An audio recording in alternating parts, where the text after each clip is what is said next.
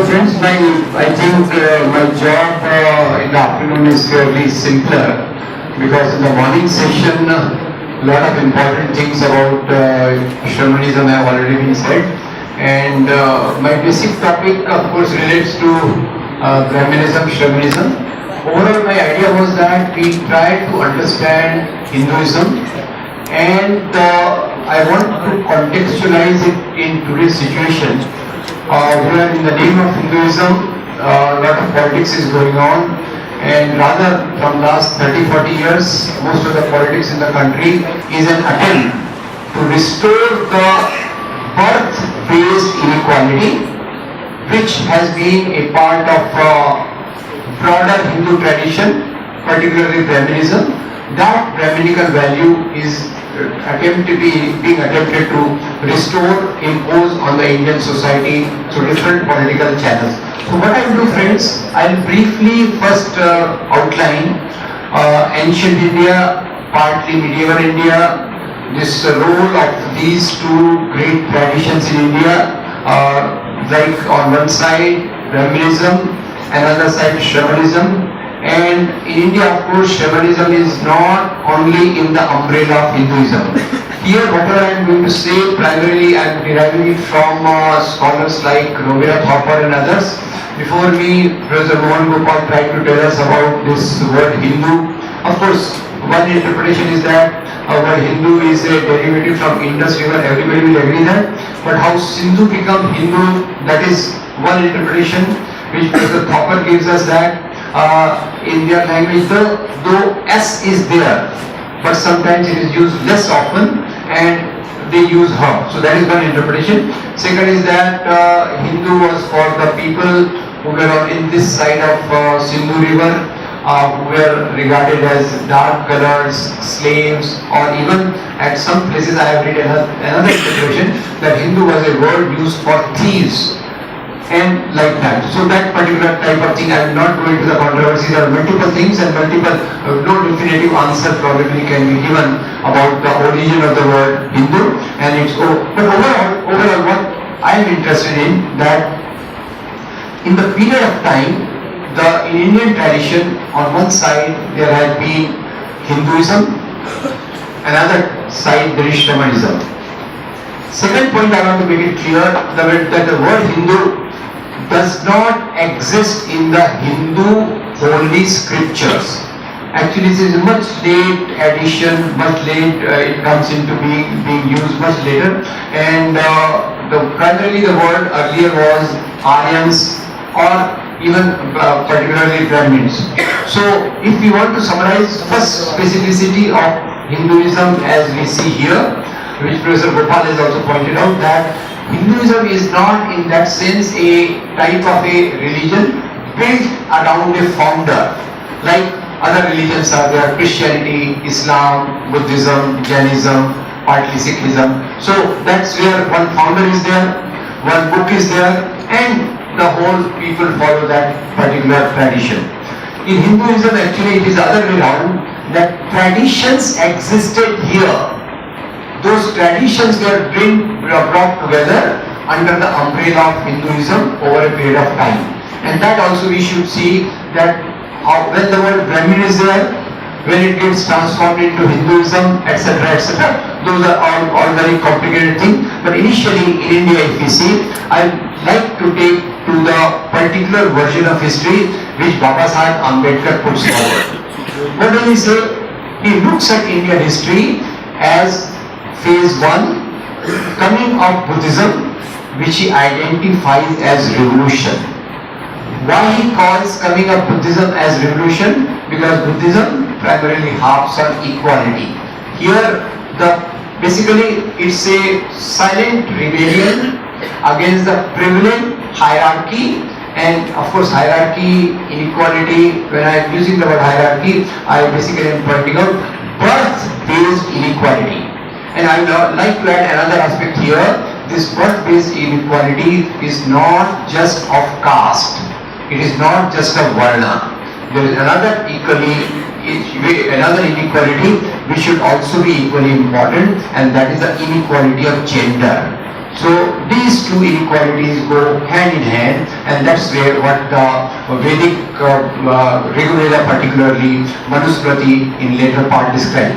So coming back to Ambedkar, there is a revolution coming of Buddhism, which does not talk of the other world, which talks of this world, which talks of the miseries, poverty, deprivation and equality of this world, and his major engagement is in this world as to how to make this world equal and thereby more comfortable and congenial to live. Now in contrast to this, he says, coming of things like Manusmriti, coming of kings like Shashank, Pushyamitra is a counter-revolution. So it is Buddhism calling for equality,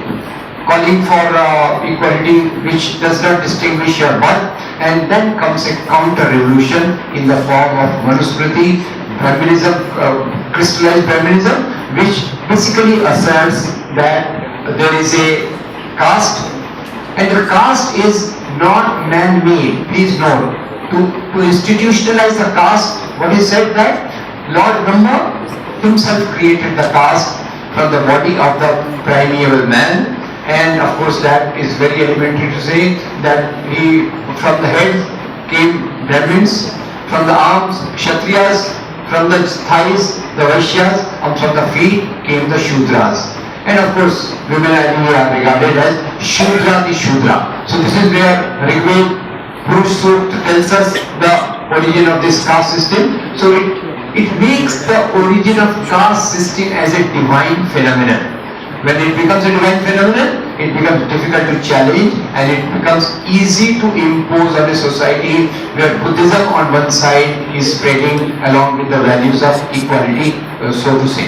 Now this is where practically, if we see the history in this particular form of, it has been said that the Aryan society, primarily a pastoral society, and from the seeds of the pastoral society comes in agricultural society.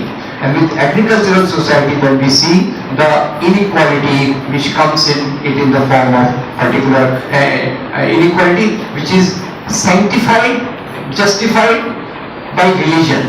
And that religion comes in as Brahmanism to begin with. And this long journey of inequality between Shravans on one side, Brahmins on the other side, it goes on till quite long. I will not go into the medieval periods, the kingdoms and all that. Probably I will try to cover it, try to bring it in when we will talk about the today's how neo-Brahmanism, the Brahmanism in the more decent attire is attacking the country's equal values of Indian constitution in a very subtle way. We will try to bring in that. But medieval period, same kingdoms. In kingdoms also, there are Hindu kings also, there are Muslim kings also, but the social pattern is the same. And the social pattern is that related to caste, social pattern is that related to a secondary subservient position of the women. And from here, the challenge to this society, which is coming from last centuries. Of course, in between, there have been many social reformers who talked against caste. There are many social reformers who talked of equal society, many times in the form of saints, Basavana, then of course Narayan Guru we have just heard. That those were the efforts which were very, very, very important in the whole structure of the society. But the major threat to this Brahminical social order actually comes surprisingly during the colonial period. Now, before the colonial period, we have Hindu kings also, we have Muslim kings also. Today, people present it as a primary contradiction between Hindus and Muslims. But believe me, be it a Hindu king, be it a Muslim king, the social system was the same, which some people will like to call it Brahminical social order, but I prefer to call it a caste-based hierarchy. And a caste-based hierarchy, and again, what has been hidden in this discourse is the gender-based hierarchy, which runs parallel to the hierarchical system. So here comes in the British rule. Now, had the British not come, what would have happened? One doesn't know. What would have been the mechanisms for challenging this inequality? challenging these values. Of course, I can put it as feudal values also. What mechanism would have been there, one doesn't know. But in India, what happened? I will try to outline that. So here comes a colonial power, and this colonial power, British, already in their country, there has been an industrial revolution or industrialization. Now, let's understand one thing. In India, despite such a long struggle during freedom movement, despite Jyotirao Phule, Bhimrao Baba Saheb Ambedkar, despite many such movements, why this caste system has not been eradicated, that's what we will try to understand. But as a backdrop, I will try to construct that how British rule was different than the role of the kingdoms. In kingdoms, already on one side, basically this system in a very modified way. In Europe also, in the feudal society, this system was there. If you remember, there was a very famous saying about king and the church, the alliance between king and the church. That on one side, king was ruling the affairs of this world, church was taking care of your other world.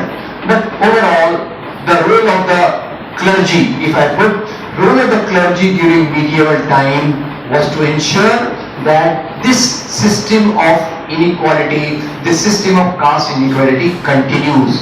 And that's where, of course, a bit I would like to take into the kingdoms. How in kingdoms, what type of ideologies were created by the church. Church was most organized. But believe me, on the similar pattern, clergy, Hindu clergy in the form of acharyas or whatever that be, and even the Muslim clergy which came up in the form of Maulanas, they also played the same type of role, and the alliance between feudal lord, king and the clergy was very strong during the medieval time. Just I want to give you some sort of a popular presentation that ideology which told the people the inherent inequality of the society manifested in two forms, and I would like to make it slightly simpler according to my understanding. Now you imagine that I am a Dalit farmer, poor farmer in a state 1000 years ago. Now I have to go to my king's court. मुझे राजा के दरबार में जाना है. Then posing a question to you. राजा के दरबार में जाना है. Well, in first question is that I am standing here. Where is my king sitting? Where is he sitting? Throne. The level of his throne is equal to mine or above mine? Above mine. Okay, number one. Number two, while entering the king's court, what should be my body language? Hold on. Option A, head up, chest out. Option B, my head is bent. I am bent all over and I am doing salam or namaste. What do I do? A or B? Okay, salam namaste. I go like that. So I walk like this to the king and I tell my plight. After that, I have to come back. Okay, I have to come back. Tom, Dick and Harry. Hindi में एक अच्छा मुहावरा है. ऐरा गहरा नत्थु Khaira. He is the son of God. I am ऐरा गहरा नत्थु Khaira, number one. So this is one hierarchy of the medieval times. Second hierarchy comes in the form, of course, I am glad you are responding to my question. Now, respond to my other question. Now I am giving the example of Hindu marriages, but of course in most of the places the pattern remains the same in slightly modified form. And in Hindu marriages there is a very important ritual. That ritual, what is it called? Putradan? Kanyadan. Thank you for correcting me. I am so thankful to you. So, Kanya is given away in a dan, right? Kanya is a object, which is, and the real bad thing is that the women were regarded as a property of man. Stree ko purush ki property माना जाता था. So this is a feudal value, and this, of course, in India, this gets modified because here feudalism is upheld by a Brahminical order, and there is all books, all religious clergy, all the organizations of the religion. It may be Christian, it may be Muslim, or it may be this. And forget that. Even if I remember, this study needs to be done. Some of you can pursue these studies. Where Buddhist kings were there, what sort of social order was there? You try to study. But overall, inequality was inbuilt into the system. Again, I am just repeating last time, this inequality is at two levels. One is that of caste, second is that of gender. We can't understand inequality unless we factor in the aspect of women also into our consideration. Now, in India what is happening? In India coming British, and why did British come in? Obviously, you will tell me, they came for trade. I will go further to say, they came for trade, they ruled, and thirdly, they plundered our country. Yes, no. I hope you know about Shashi Tharoor's very important book, The Dark Era of Empire, how much we were plundered, etc., etc. So this British rule was different from the rule of earlier kings. Number one, the difference was that now the wealth was being plundered away. And for this plundering of the wealth, British bring in certain changes. What are those changes? You will help me bring us. Now I think we are in Hyderabad. Now from Hyderabad, if something has to be taken to London, England, what was the mode before British came? What was the mode before British? Our modest bullock cart, and the British brought in rail. So first change they bring in is the pattern of transport. Number one. Number two, British Viceroy sitting in Kolkata, he has to send his letters to the different officers scattered all over the country. So please answer me, how were letters being carried before the British come in? Telegram. No, telegram was not there. That's what I'm told. Horse riders, and of course I'm glad nobody said pigeons. The pigeons are just carrying love letters. These are not the area of work. Okay, so this comes in the form of a communication, mail. And the third comes in, a very important thing comes, which I will put it form in some form. Third comes in the form of modern education. Modern education, modern judiciary, and modern system of punishment, which leads to jail. Okay? So just so that we can remember three things. First comes in bail, then comes mail, and the third comes in jail. Okay. Along with jail, you see that all this modern education is also there, and modern education is a very liberating force. Now this is the time when caste and gender transformation in India begins. When Shramans start coming in, and this is the time how modern education comes in. It is open for all, but Dalits are scared to go. Why they are scared to go? Thousands years of slavery, they are not able to make up their mind. This education was deprived from them. How we can go there? So here comes a great Mahatma Jyotirao Phule. Mahatma Jyotirao Phule, he does every possible effort to ensure that Dalits go to the modern education, and he of course says, don't run after the holy scriptures. Your liberation is in the modern books and modern vidya. Modern vidya, this is your path. So with that, again, his companion, his wife, is no less. She does a more revolutionary work according to me, and that is the opening the schools for the girls. But before opening a school for the girls, which I think was one of the most important thing in breaking the shackles of Brahminism here, or attacking the citadel of Brahminism here. So first citadel which is of Brahminism which is broken here is in the form of Dalits taking to modern education. Was it easy? Of course, we all dream of revolutions, sudden change of society. Society does not change like that according to me. After getting the grey hairs, I feel the society changes day by day. There is revolution in everyday life. And this was a revolution that Dalits were taking to education. So how will Brahminism respond to this attempt of shamans to get education?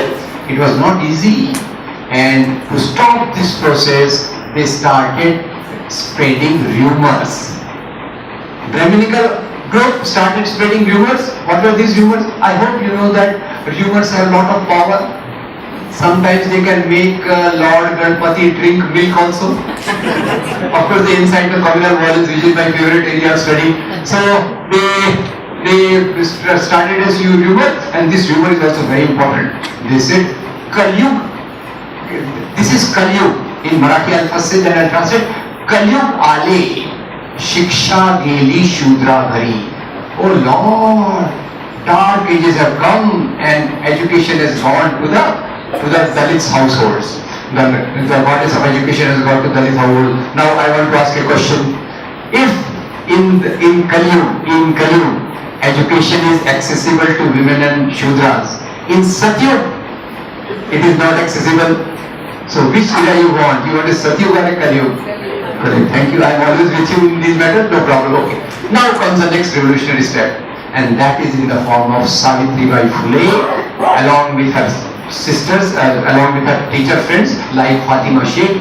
They start a school for the girls, and the school for the girls, they brave it all. It is not easy. Feminism is always there to stop it. They say education and learning for the girls is against our religion. See the role of religion in our life, and in that Savitribai Phule, she was attacked, and her attempts were, they tried to thwart her attempts, but she stood her ground. She kept on working for the school, and then in order to stop the education for women, another rumor was spread. Of course, rumors sometimes are very interesting, but don't get frightened. The rumor was spread that those girls who get educated, they will become widows very early. I hope you are not frightened. I am standing here. My wife, very learned MBBS doctor, tolerating me from 40 years, not widow till this minute. Next minute I don't know. Anyway, but rumors are rumors. Very interesting. Rumors are rumors. Now, so this is what was a big challenge to the Brahminical social order. Please note, we are sitting in a university, education, it was correctly perceived by Brahminism as a big threat. And so here comes then Dr. Bhimrao Babasaheb Ambedkar. He takes up this legacy of what Jyotirao Phule said, and he goes on to have a lot of agitations to get equality. Sorry, I'll be repeating, telling very elementary thing, but this is what I think I want to make a foundation for what I am going to say. I hope you remember Dr. Bhimrao Babasaheb Ambedkar. He launched a movement called Chaudar Talab movement, that Dalits should have access to the public drinking water. And you all may be knowing, in that agitation also, he was attacked very badly. Second, entry to the temple. You regard that all the castes are equal, but you are not permitting us to come to the temple, so Kalaram temple. And with this, when he was attacked on this, he simultaneously goes on for a third important move according to me, and that was burning of a book. I hope you know the name of the book? Manusmriti. And while burning Manusmriti, Bhimrao Babasaheb Ambedkar must have said, Manusmriti gives the provisions of slavery for Shudras and women. I am opposed to this, so I am burning this book. So this was a very strong attempt from the side of shamanism to try to get equality. Equality cannot be just brought by writings and speeches. It requires agitations, it requires movements, and it requires involvement of the total social consciousness related to that. Now, so this is, please note that on this side, I am seeing Ambedkar, who is launching this movement and burning a book called Manusmriti. Same Ambedkar goes on to become the chairman of drafting committee of Indian Constitution. You will remember this, I'll come back to this. Ambedkar burning Manusmriti and bringing back and becoming the chairman of drafting committee of Indian Constitution. So what is Brahminism doing when all this is happening? Is it keeping quiet? No, it is not keeping quiet. First, it comes, crystallizes itself. It comes together in the form of, so here they are patrons of this Brahminical order. On one side, Hindu Rajas, another side, Muslim Rajas, Muslim Nawabs. They come together in the form of some organization, and this organization later split on to become, on one side, Muslim League, on the other side, Hindu Mahasabha. And there, what I want to highlight today, what the country is facing today has nothing to do with this religion or that religion. Basically, what we are witnessing today is a continuation or sort of a counter-revolution to suppress the march towards equality of women on one side and Dalits, Shudras on the other side. That's what is happening, and that's where I would like to focus. So, Muslim League says we are a Hindu nation from times immemorial. So everybody's definition of nation is very different, and not to be left behind. Like Muslim League says, we are a Muslim nation since the time Muhammad bin Qasim invaded Sindh and attacked and ruled. Since that time, he sent 5 letters of apology, got excused from the jail, and came out to join a party. I hope you have guessed the name of that person. Savarkar. Savarkar comes and he puts forward a new word to hide feminism. And that word is Hindutva. Hindutva is a modern form of Brahminical values. So he says that our path is Hindutva and we want Hindu nation. So his definition of Hindutva is very interesting. What is Hindutva? Hindutva means this land from Sindhu to the seas, number 1. Number 2, Aryan blood. Very clear. These days, of course, RSS will not talk about it. We'll deal with RSS shortly. And third, he talks of culture. What culture? The prevalent dominant culture, which is in the form of a Brahminical culture. So Hindutva in that way has 3 foundations primarily, but it stands on one side. We are seeing the rising movement of Shravans in the form of Ambedkar primarily, and on the other side the reaction to that comes in the form of Hindutva politics. And Hindutva politics later on gives birth to a very brilliant organization. Of course, we must pay tributes to our enemies also. That's why I am saying very brilliant. I don't think any organization can be such a brilliant as this organization which I have just named. RSS is, of course. So RSS began. Why I am talking of RSS? Because today the Brahminical reaction is crystallized in the RSS politics, and nobody probably, I think they themselves praise, but I am here to praise them that no organization in the world is so brilliant where it achieves its purpose and keeps total mum about it. And that's what the last 3 lectures of Mohan Bhagwat. So nice, liberal, and so nice. I accept Muslims also. Hello. Hindutva is not complete without Muslims. So I thought, how can Hindutva be complete if Muslims are not there? Whom will you beat up? So you need Muslims there. Anyway, you don't need Muslims. So the language is very nice. We respect Indian constitution also. Thank you very much. Because paying lip service takes nothing. So far, continuously, if you see on one side, Ambedkar is coming up in the Indian constitution and the opposition has already been there. The earlier ideologue of Hindutva, RSS, continuously said, first, Indian constitution comes into being, RSS mouthpiece organizer attacks it recklessly. Says, this constitution, it does not have the mention of our glorious old laws from the times of Manu. Open organizer, the mouthpiece of RSS, of course. Probably they can't be caught, because even organizer is not the official mouthpiece of RSS. They are separate, we are separate. When we come together, we say, yes. Otherwise, we will say, we don't know. Nathuram Godse comes to murder Mahatma Gandhi. Otherwise, they were together. But since he has murdered Mahatma Gandhi, we don't know who was he. From where did he come, where did he go? So that's why I am saying probably the cleverest organization in the world you are witnessing, and that is one which we have to comment. Anyway, so far they were saying Indian constitution based on Western values. Of course, just to make matters slightly broader, I will say that in today's world, in many countries, politics in the name of religion has come out. Because I don't want to distinguish between just one religion versus other. From 1980s in the world, we are seeing that in many countries, the Muslim fundamentalism has come up. And I was shocked to see that in Myanmar, Burma, fundamentalism has come in the language of Buddhist religion. That has been the biggest shock to me ever. Where Buddhist Sangha, Burmese army and the landlords, they allied together to suppress the rights of poor farmers and poor people in Myanmar. So that is one story. So anyway, Now, one analogy recently I'll give you, I don't want to make it purely political. Recently, somebody compared RSS with Muslim Brotherhood. So, of course, obviously, Muslims anyway are not good. On the top of it, Muslim Brotherhood, an organization in Egypt, an organization which is involved in many terror acts, etc., etc. How can you compare this vehicle of Brahminism with Muslim Brotherhood?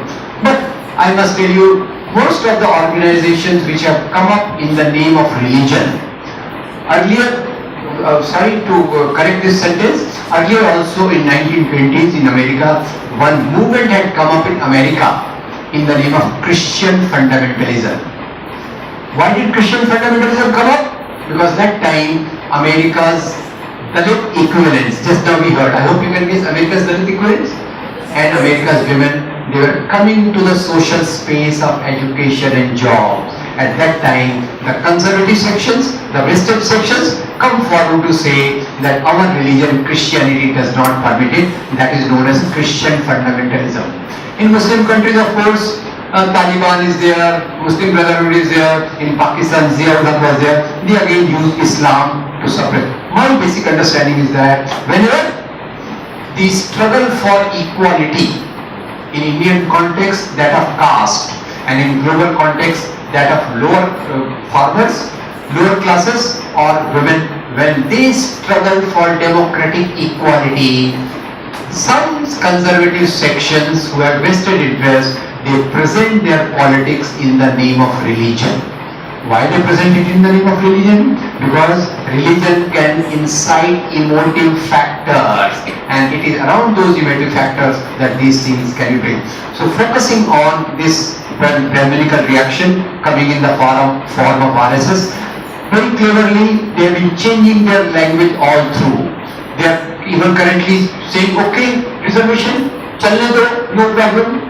But basically, the real danger of RSS lies in the way they indoctrinate their young recruits, boys. Rather, here I can say boys. How they indoctrinate their boys between 5 to 15 years. A picture is presented, and this picture is something which totally undermines the contribution of Shramans, the contribution of Shramanical politics. It totally has a uniform view of history, simple, very simple. We the Hindus, glorious times in the past, everything well, women respected and all castes are equal. Then hello, what happens? Then Muslim comes, they try to convert, and because of that there is a caste inequality.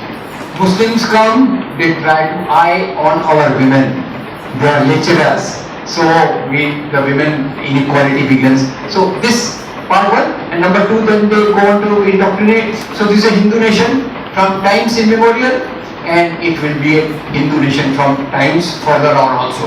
Lately I heard another wonderful statement that in ancient India everything was there. We forgot them. What was there? Plastic surgery, genetic engineering, Wi-Fi. I don't know whether computers were in this format. Why all this is being done? Basically, this is a package deal where there is an attempt to show that the changes which have come in the society, the changes of democratization, the changes which have the potential to bring equality, to oppose those changes. Please note, friends, whatever time I have got, I can try to tell you that it may be Muslim Brotherhood, Christian fundamentalism, or whatever is going on in the name of Buddhism in Myanmar. They basically are opposed to the concept of equality. And unfortunately, last 30 years has been the period when this inequality is wearing the cloak of religion and trying to impose itself upon the society. Now, what is the way out? That we'll have to think. But today, we are in a great problem because, of course, whenever, like RSS for example, on the surface, so far, now it is talking a different language, but so far it's all actions. So, on one side there are words, and on the other side there are actions. Actions are such, you initiate Ram temple. Now, the direct victims will be obviously Muslim. Then you take up mother cow, holy cow. And of course, they keep quoting Vivekananda so often. They are good at quoting Vivekananda, but they forget, they don't read Vivekananda, I'm sure about it.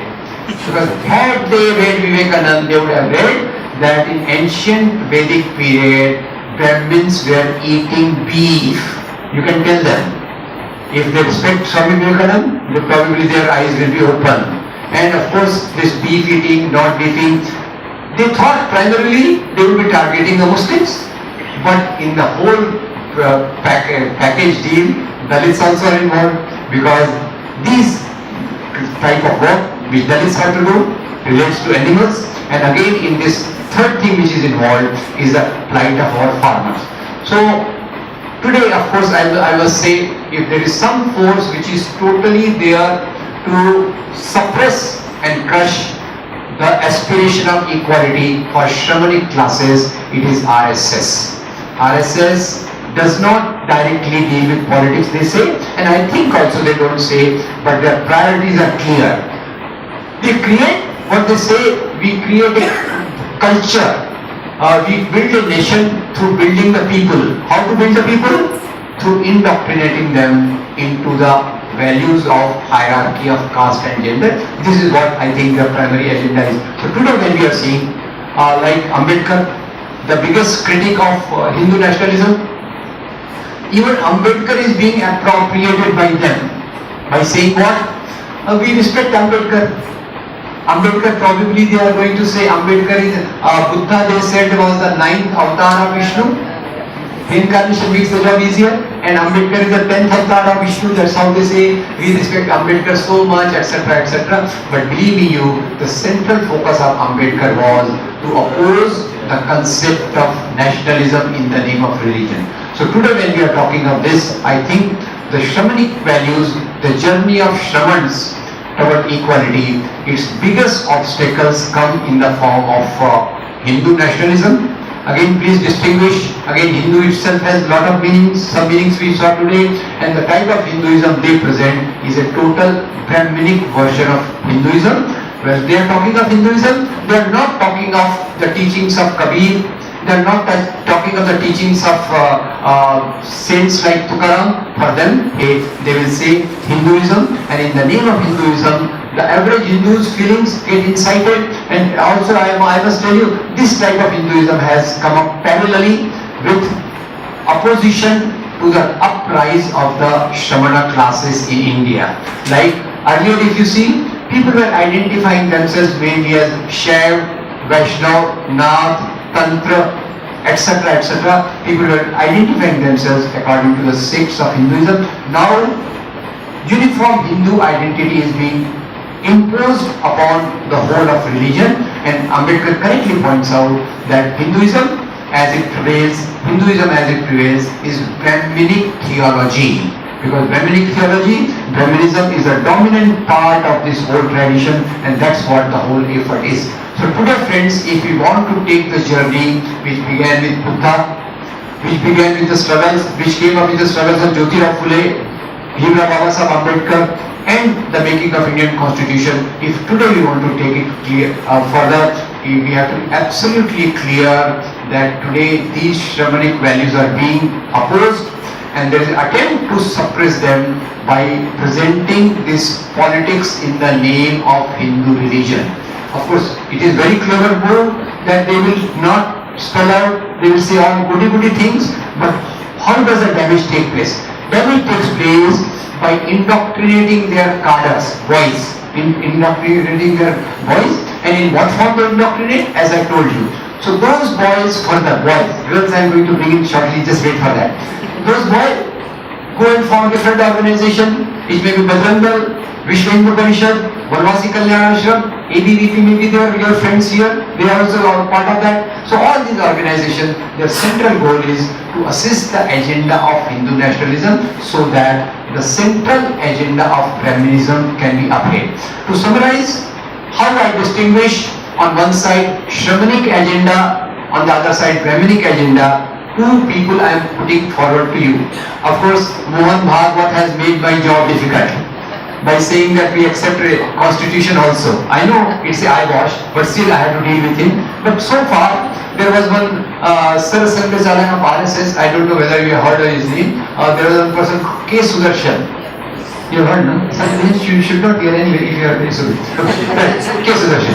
Now, K. Sudarshan became Sir Sanjay Chalak in year 2000. He frankly said, Indian constitution is based on the Western values. Throw it away and bring a constitution based on the Holy Indian book. Which Holy Indian book? Obviously Manusmriti. So please see this side is Ambedkar. What is he doing? He is burning Manusmriti and bringing in Indian constitution. And K. Sudarshan was making my job easier by telling me that Indian constitution is Western, throw it away and bring back Manusmriti in the modern refined form. So today's attack, if we want to build up the movement for Shramans, that's where I am more concerned. I am concerned that the central value of equality has to be struggled for. And for that, one last exercise I will give you, since there are many of you students, so I feel more comfortable with students because they answer the question. So I want to prove in 2 lines how RSS agenda is against equality. Equality of caste, equality of gender. I will begin with gender because so far we have not talked much of gender. So my first question to explain RSS agenda is, first tell me the full form of RSS.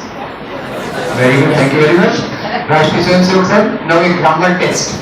No fail, all pass. Grammar test.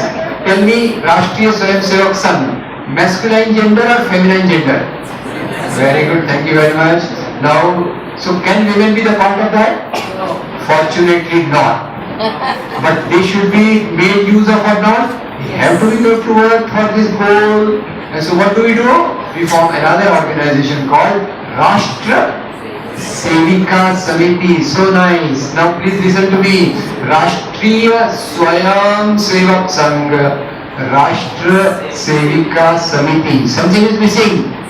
Swayam. Very good. What is Swayam? Swayam is my being. According to every male-dominated patriarchal ideology, that we have Christian fundamentalism, that we have Taliban, that we have Muslim Brotherhood, or that we have RSS, it regards that the Swayam of women should be in the pocket of man.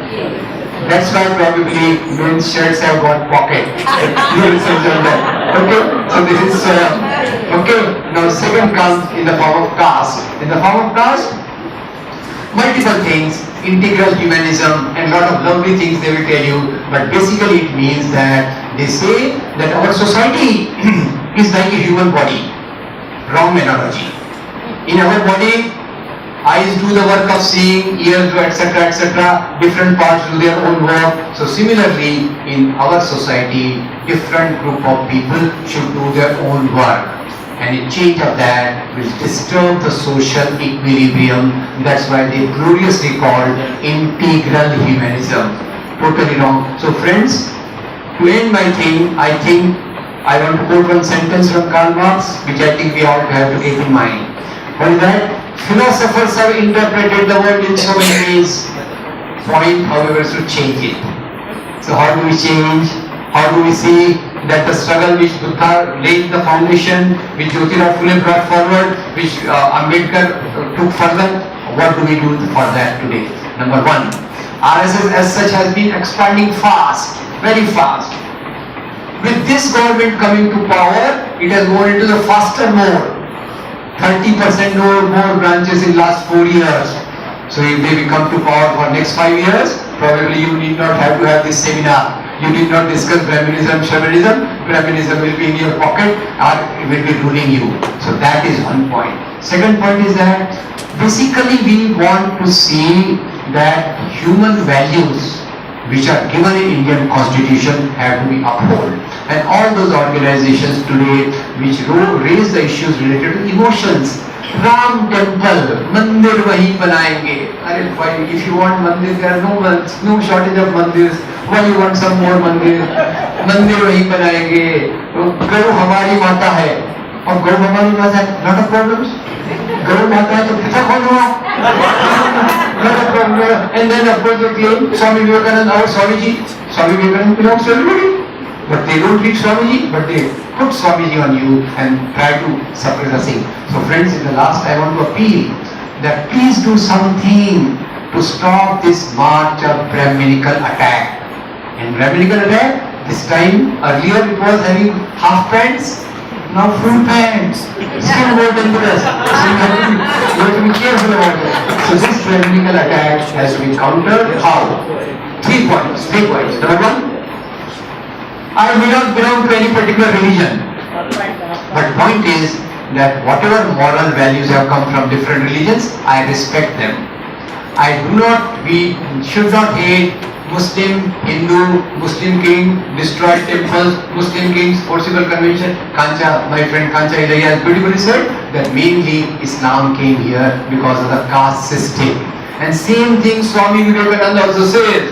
While these followers of Swami Vivekananda deliberately want to ignore it. So Muslim king, very bad, destroyed temples, came on the horseback, with sword in one hand, Quran in the other. How can that be possible? If you are sitting on the horseback, if you have sword in one hand, Quran in the other, who will drive the horse? But all those things have become a part of popular understanding. Ground for hatred against some people. And hate is the most destructive phenomenon in our society. Hate leading to violence and violence leading to polarization, and our Indian society, which built up through freedom movement, coming together of Ambedkar, Bhagat Singh, freedom movement and all that they want to disrupt, to bring in a Hindu this thing. So what do? You have to think. I appeal, each of us must give some time to reduce this hatred in the society, number 1. Each of us, it may be through whatever mechanism you can think. Number 2, each of us has to see that this type of politics which is going on in the name of Hinduism is the biggest enemy, biggest opponent of the values of humanism. We want humanism, we want the values which have come up, and those values to preserve that. What other things we can do to promote amity, to promote the social movements of the weaker sections of society, to associate with different sections who are suffering in the society. We need a broader platform. We build a broader platform so that we can uphold Indian Constitution and the inherent values of equality. Thank you very much. You say that RSS is really suppressing rationalists and free thinkers in the name of Hindutva, and in the same case, these rationalists is going egotic. Everybody with their own ideology. There is no unity among the rationalists, communists, and Ambedkarists, whatever it may be. Dalits. So we need unity. This is the time of unity. If not, within next 5 years will be suppressed, and this will become one more Afghanistan or Syria. And we need a joint action committee in whole India. So senior citizens like you and scholars like you should think of it. Thank you. Actually, I think I fully endorse what our friend is saying. It is not controversial. Probably in the era of social media, where social media is being abused, we can make this positive use, and all of those of us who want to promote this rationalism and equality in the society, we should, I think, come together. And what our friend is suggesting, I think we should give a small clap for such a good suggestion.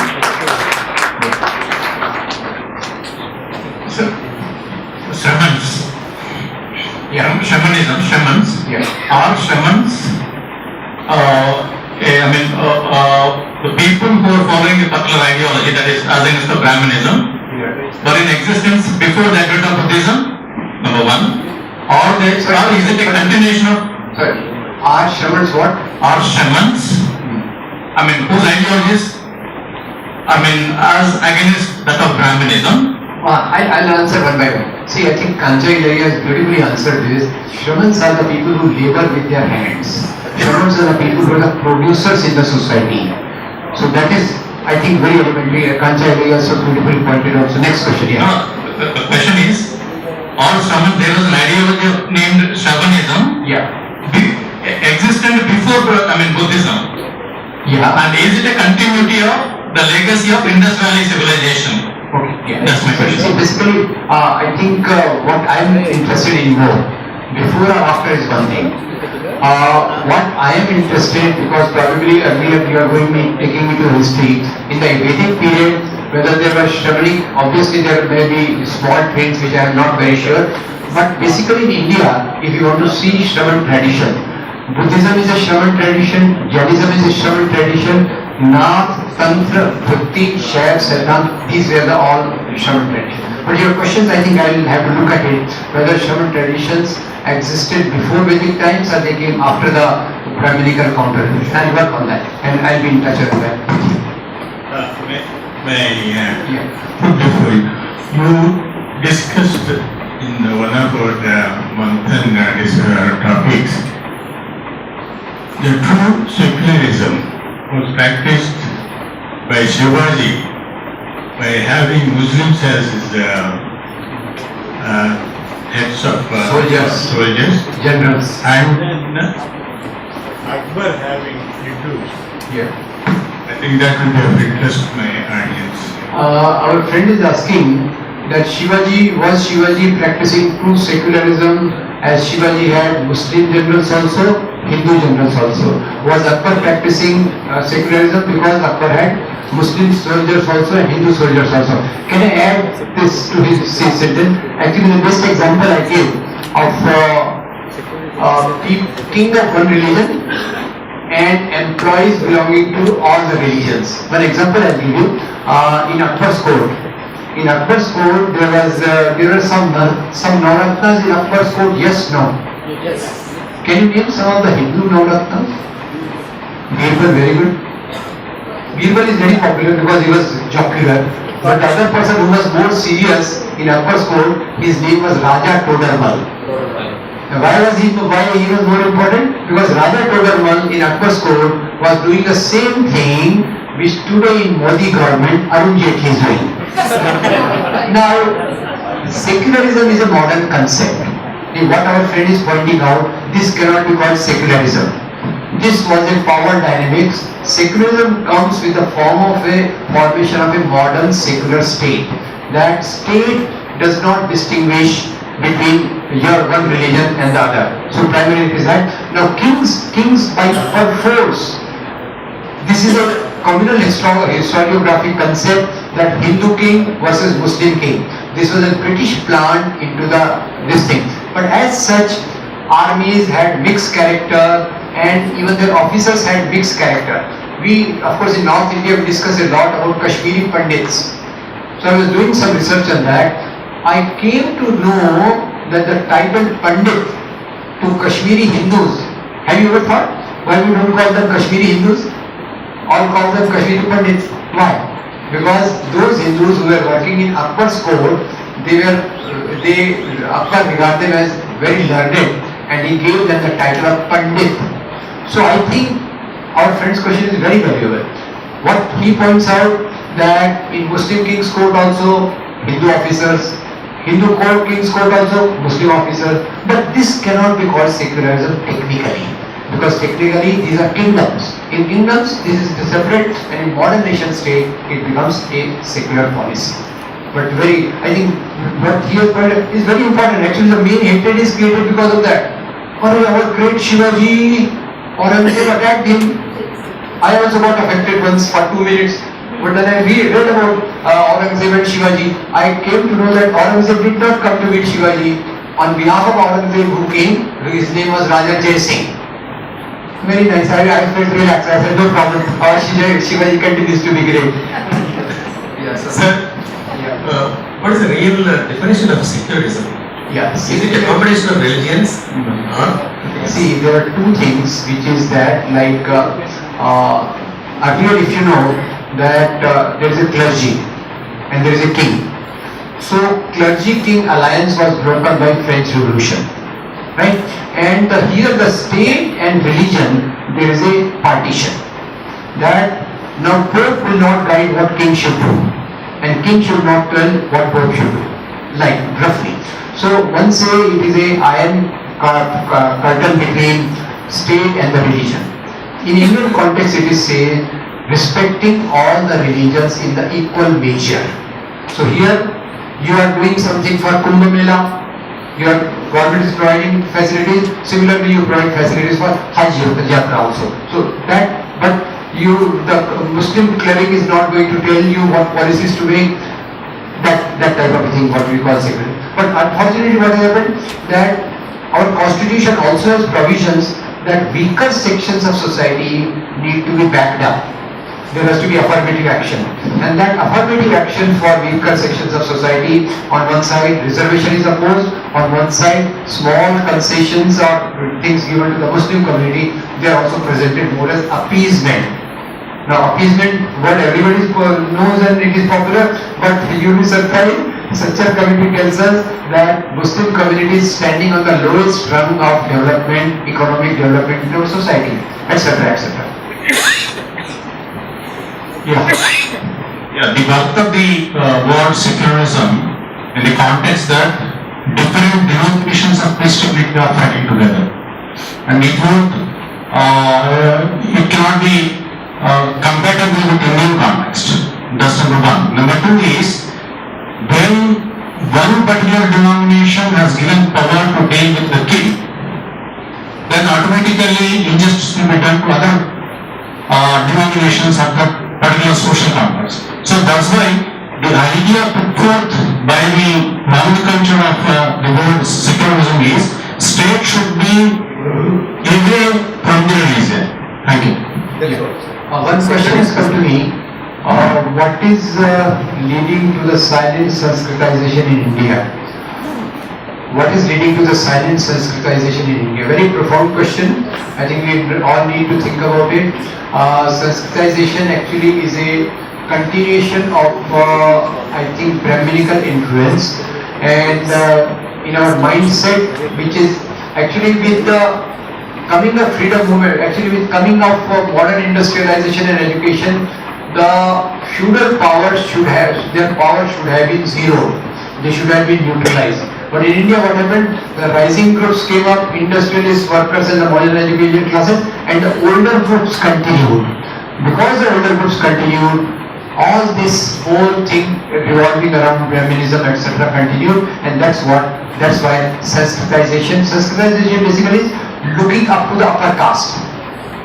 That is a sign of continuation of the caste system somewhere in the society, somewhere in our minds. So both this Sanskritization is a complex process in that sense, and that is the basic reason about that. And for the next step I go that with the new changes which are coming up, if we don't halt it, Sanskritization process will become stronger, and that is the threat if the present pattern of things keep going on in the society. Sir, the organized form of the Brahmanism, political Brahmanism comes after the establishment of RSS in the year 1925. But that time the Vegan movement, that means Ambedkar movement, Yes. Yeah. So the organized form of the Brahmanism after the completion of after the establishment of the RSS in the year 1925. But the Dalit movement, it has been started by in India Mahatma Phule, then followed by Dr. Ambedkar. Then after that, see, after 1950, we have got our own constitution. That period onwards, throughout India. So our movement, Dalit movement or the Ambedkar movement, whatever it may called, it is functioning everywhere. But the RSS movement, without break, it is continuously working, and it captured the political power. They can control over the country. But whereas the Dalit movement, very vibrant movement, it comes, then 2 or 3 years after the war, it will be dilapidated, it will be scattered, it will be broken. What is the cause? Because the Brahmin people constituted in the Indian population only 3%, but our Muslim having a 80%. Why? What is this contradiction? What is this struggle? How we can overcome this Brahmanism in all aspects, the religious, political, economical, cultural, historical, in all aspects. This is also a heterogeneous community, the RSS people, but they some common interest, some commonality, they amalgamated together. They are functioning politically, religiously, in all aspects. So how we can find out the solution for our emancipation? That's my question. Yeah. I'm from Kerala. Yes, I think it's a very profound question. I must say that in India, like in Hinduism, the clergy is fragmented. Though even one Shankaracharya came, then after that 8-10 Shankaracharyas came up.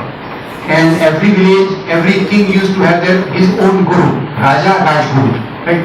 So the clergy that way is very fragmented, but RSS in the same way is very united. Now in the Dalit movement, what has happened that after Ambedkar, probably there has not been any towering leader of that stature who could hold the movement together. And many way, like the leaders who came, they looked at a very fraction of the problem. Like Ambedkar was one who had a total vision of society, I must say. And after that you see the people like whosoever leaders have come. Now we have leaders, again second problem comes that from Dalit community, sometimes the small level leaders come and they come from a deprived background. So they are easily co-opted by other parties. You will see that. Now in today, in central ministry, there are two Rams sitting in the central cabinet and both the Rams are Dalit. Very surprising. So my friend Anand Tumre calls them, they are the Hanumans of the Ram. They call themselves Ram, but they are basically Hanumans of the Ram. So this is one. Second is that RS has been very active at that level also. It is creating icons from amongst the OBC Dalit community, projecting them to be anti-Muslim and projecting them to be acceptable to the community. Like, slightly giving a different example from Adivasi area. In Adivasi area, all over the city, now Lord Ram is becoming more popular. But in Adivasi areas, can you guess which is a Lord which is becoming more popular? Hanuman. And which is a goddess? Like people like us, we worship one goddess for wealth, one goddess for knowledge, one goddess for power, Durga. But in Adivasi areas, they are popularizing Shabari, totally deprived woman. So their selection is so brilliant, I must say they are very brilliant. That, I can go for Lakshmi, Saraswati, Durga. They may not like me, that's another thing. But for Adivasi, even that luxury is not there. Even Shabari is presented there. Even Lord Hanuman is presented there. So, problem is very fine, very big, and I think people like you, friends like you, as my earlier friend suggested, we need to put our heads together. One is that first you counter the Brahminical political force. Second is that what can we do to see that all wrongdoings in the name of Dalit leadership they are corrected. But hello, some good things are also there, new things are also come up. Have you noticed the name of Jignesh Mewani? Yes. So that is a hurt. In this whole period of negative thinking, hopes are also coming up. There are many young leaders who are coming up, so that is a period of hope. So your question is good, but probably it requires more thinking as to how to give more sharp direction to Dalit movement. How to bring it together, how to give it sharp movement. First minimum thing is that we keep appreciating correct things, keep criticizing the wrong things. That's the minimum. After that you go ahead and let's see. Now there are two questions. Sensitization I have answered. Do we have any sociologists like Max Weber in India who managed to analyze Hinduism apart from Baba Sahib? Now Hinduism's I don't think I can answer this competently because I am myself not from social sciences background. My background is funny, don't go into that. I will not answer this, but I will say people like Gomila Thapar, Rajini Kothari, these two names strike to me who have contributed a lot in trying to understand Hinduism, in trying to understand Indian society, these two names, but probably some sociologist friend can answer. But as far as Hinduism's critique is concerned, many of people have done the criticism, and even Jyotirmay Sharma, I think he's from Hyderabad only. Jyotirmay Sharma's book is there on RSS, brilliant book. That analyzes the Hindutva politics very good. My friend in Delhi, Shamsul Islam, he is also critiquing RSS. Many of us, we have not done so much criticism of Hinduism, more we are focused on Hindutva because that is a political phenomenon. But some more people had probably to take up Hinduism for detailed analysis. So okay friends, I enjoyed it. Rest is your problem. Thank you very much.